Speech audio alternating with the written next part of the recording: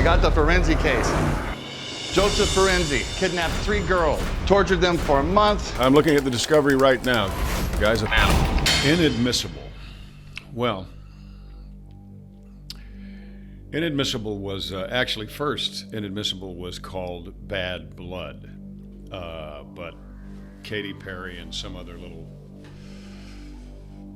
pop person had a feud, and they were talking about Bad Blood. They had a song called Bad Blood, so I refused to call the movie Bad Blood at the time. So I think Inadmissible is a much better title. He knew all 3 girls. 3 counts of first-degree murder and dismemberment, sir. Not guilty, Your Honor. However, the reason it was called Bad Blood is, I can't tell you how many times I've heard, and I'm sure you've heard it too, where when good people have bad children, they say, how in the world, it's such a wonderful family, how did that happen? Well, I have a feeling in the back, or as Johnny Cash would say, in the back of my mind over here, that somewhere in the closet of that wonderful family just might be something they're not really proud of. The manner in which these women were killed indicates a psychotic personality. Joseph Ferenzi was raised by a monster. A trait, a tendency. So, Bad Blood was written about trying to defy your nature. Because no one ever seems to ask the question about how can those bad people have really good children? And Joseph Ferenzi did all these girls. He did if we prove he did. We fry Ferenzi, cast a guilty light on the father, then we have tacit judgment for the son.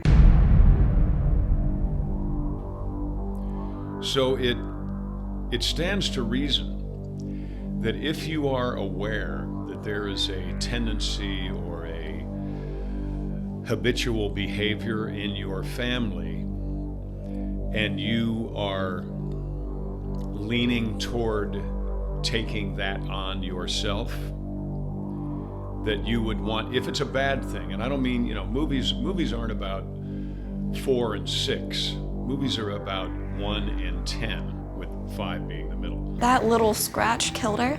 Because it bleeds very, very slowly. As long as you leave the blade in, it gives you a fighting chance. Freaks me out, this stuff. I'm a prosecutor, G. I know a lot of stuff.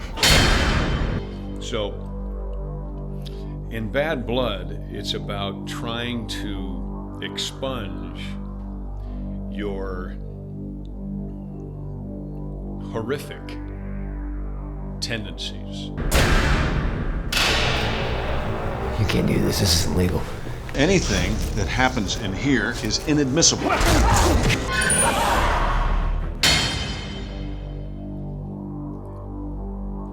So, when it became inadmissible, it leaned more toward the legal aspects of it. You didn't do them. Any of them. You'd send a man to death even though you know he didn't do the crime. I'm a prosecutor. I prosecute. So, I had a lawyer read Bad Blood, soon to be Inadmissible, and they took great offense to it. They took, great offense, because they were a prosecutor, and in Bad Blood, Inadmissible, I play a prosecutor. And I've heard many, many times, we've heard it on television shows, that a public defender is not supposed to care whether or not their client is guilty or innocent. Innocent or guilty. They're supposed to do the same. The law is the same, the law is blind, the law is deaf, the law is, the law is, the law is. Well, I call BS on that from personal experience.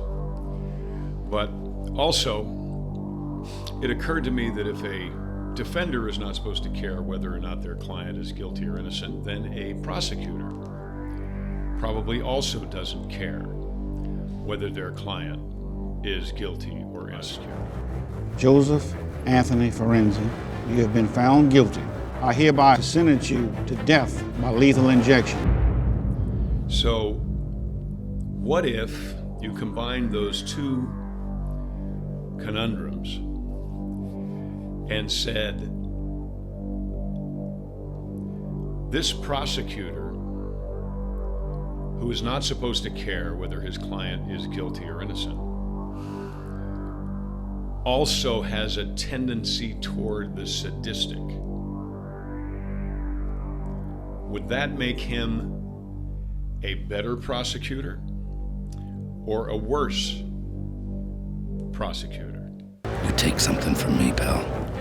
I'll take something from you. And what if,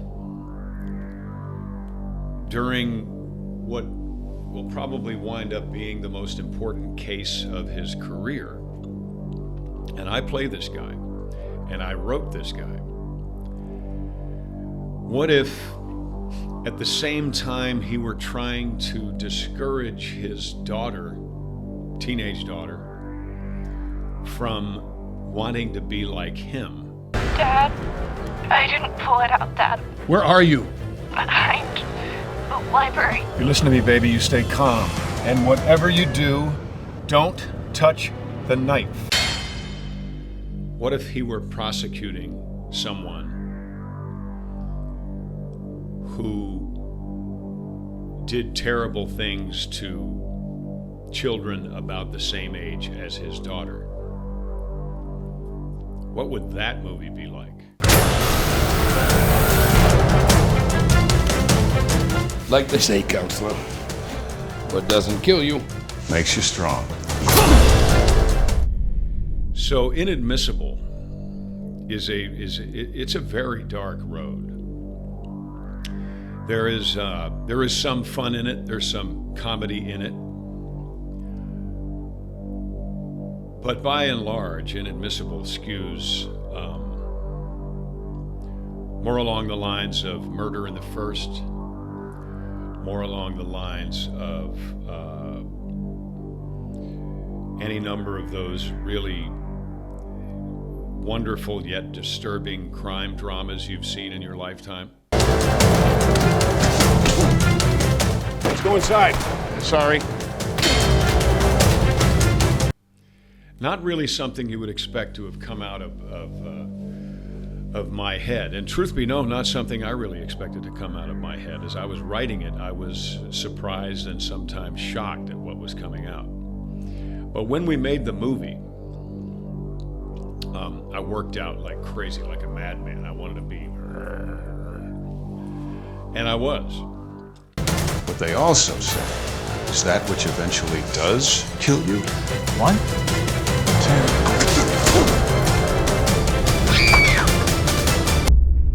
So,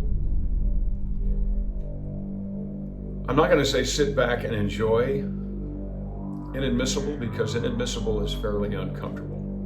But what I will say is, sit back and experience the movie Inadmissible. It came out of the deep recesses of my soul, and I personally think that this is truly, as an actor,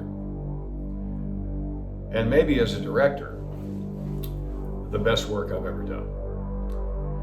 Inadmissible, available at johnschneiderstudios.com on DVD, and also available at cineflixdod.com for streaming right now. Hurts like hell.